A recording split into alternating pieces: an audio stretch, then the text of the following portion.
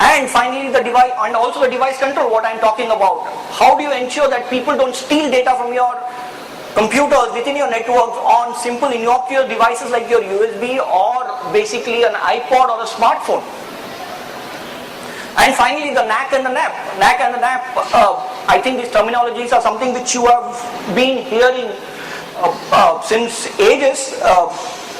Basically NAC is something which Cisco has come out with, and NAP is something which Microsoft has started implementing since, I believe, the Windows 2008 servers where it's compulsory.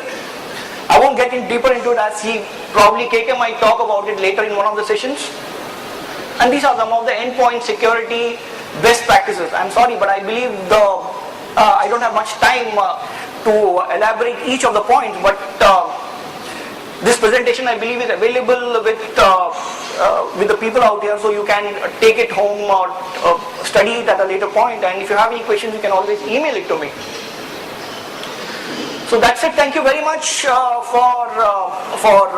being here, and I hope I've been able to give you a gist of what endpoints are and what are the security threats on endpoints. I believe it's going to be a 3-hour or a 4-hour presentation if I go into the depth of each of the points, but it just covers a small, it just covers the tip of the entire threats. And unless and until you have clear-cut policies and educational initiatives taken inside your organization at the various points, it's virtually impossible for you to figure out if something is really going wrong. Thank you so much. Q&A session after the other two speakers have spoken. I think one of the key points that comes across from Govind's session is what we call as deperimeterization. That means that the boundary that we all traditionally assume of our networks no longer exists today. There are so many numerous entry points to the network, and also very well summarized that just picking up the latest buzzword of NAC or NAP is not going to help you solve these, but you have to build multiple levels of security, including the very important one of physical security. Any idiot with a hammer can cause much more damage than a virus writer.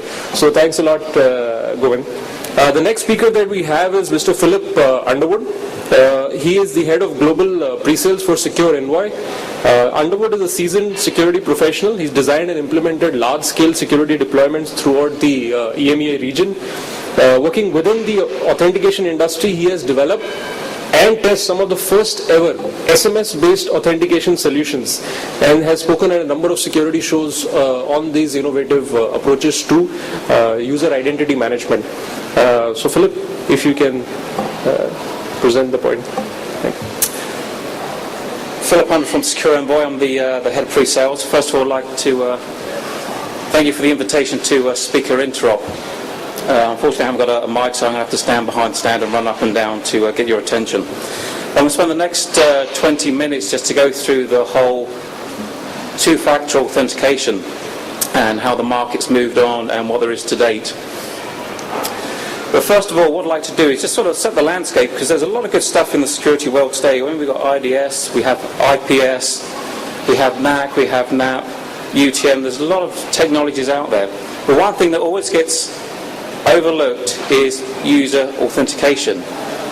When it actually comes down to it, what is an authentication? A couple of snapshots we've got here. It's actually to prove who you are with some form of authenticity.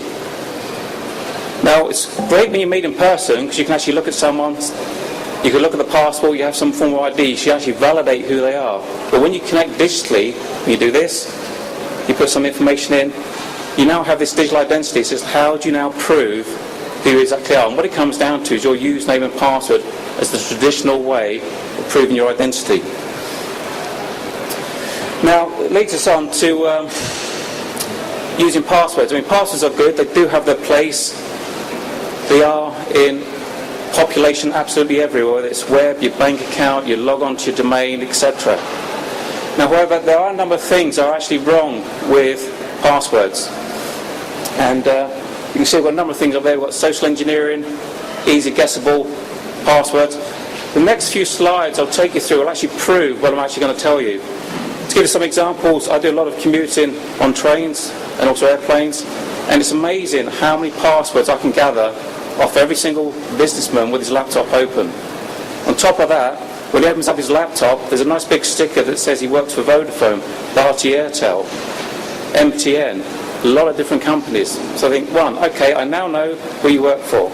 I now know your username, I now know your password, just from, just being a bit nosy and a bit friendly on a plane or a train. But don't take my word for it. Lovely utility. Maybe you've any exposure to it. It's called Cain and Abel. A lot of the technology in this was from a guy called Doug Song, who's a very well-known black hat guy out in America. And what it is, it's a protocol parser, so it can actually sniff the wire for any network-based traffic and pull out username and passwords. Again, just run a simple test, log into a web browser, and hey presto, you can gather your username and password.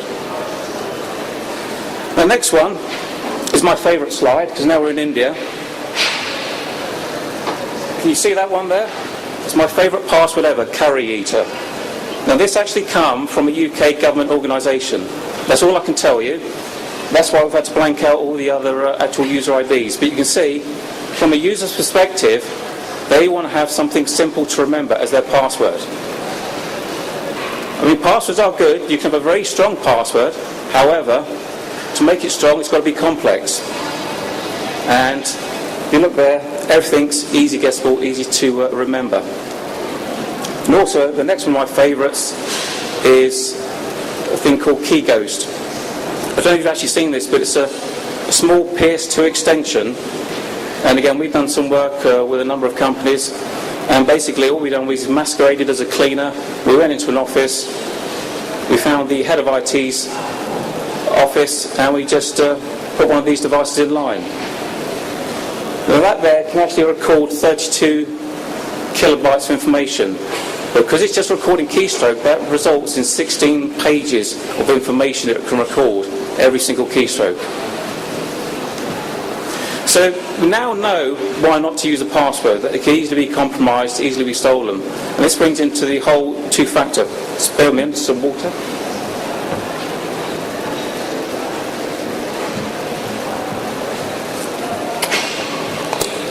So you can see some lovely technology, tokens, smart card, USB sticks.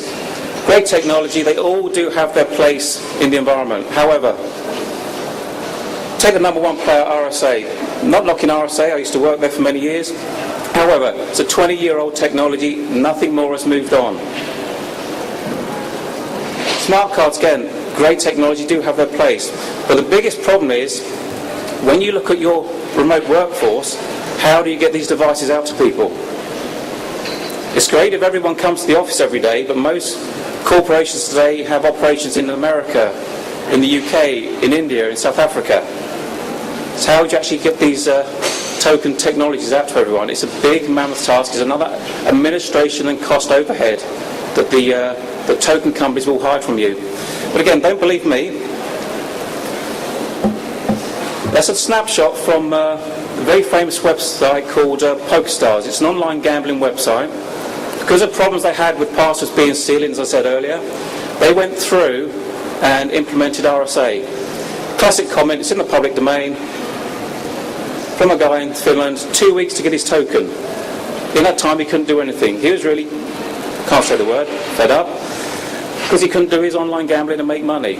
Also, I think the classic statement is, he says, it's going to suck if I lose my token. It's very small, it's not personal to me. What happens if I lose it? And this is the biggest issue.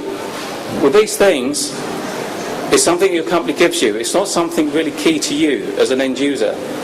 Give another example. My home county of Newbury, we have Vodafone. We're the world's largest telco. Staff there, when they carry around their laptops, they have their token within the bag. When the laptop got stolen, guess what was in the bag? The token that was associated with it for their logon. So basically they lost all their credentials. The biggest problem was, these are not personable to each user.